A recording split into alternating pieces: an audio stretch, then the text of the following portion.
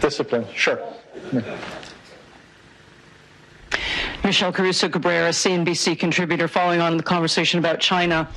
Richard asked you very directly about maintaining your sovereignty in the face of so many Chinese loans, and you didn't answer it directly. I mean, you've talked about China coming in when you were rock bottom, but are you concerned about the trade-offs that that level of investment presents to Pakistan? Absolutely not. I mean, for instance, I mean, what would China, how would it impinge on our sovereignty? Maybe they would say, don't have a good relationship with the US.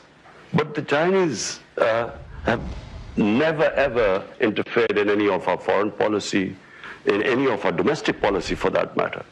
I think China sees Pakistan as the CPEC, this economic corridor and the Belt and Road Initiative. They see this as a great opportunity for them. I think China is one country which we can all learn from. Their main concentration has been on trade and wealth creation and lifting the standard of living of their people. What I admire about China the most, in 30 years they have taken 700 million people out of poverty. It's never been done in human history. And when I came, if you ask me what is the one thing I want in Pakistan, lift 100 million Pakistanis out of poverty. This is our main thing. So that's where we have learned a lot from China, how they tackle poverty in these last 30 years. So the answer to the question, there have been no demands by China which restrict our sovereignty.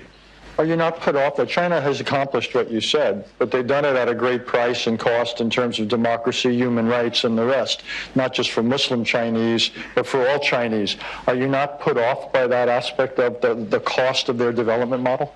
Well, you know, who am I to comment on China? But the fact is that if any human society can accomplish this, you know, this is humane. This is taking people out of poverty. I mean, I admire that the most. For me, if I had, but I don't have, unfortunately, the Chinese model, and if I could order people around, and I could get people out of poverty. Not just that, the way they've tackled corruption. Unfortunately, I can't do that in Pakistan. 450 ministerial level people in the last 5 years have been put into jail on corruption. I mean, I wish I could do that in my country.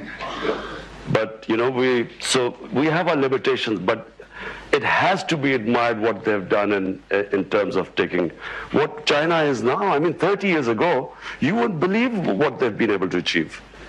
Mary Boyce. Mary Boyce.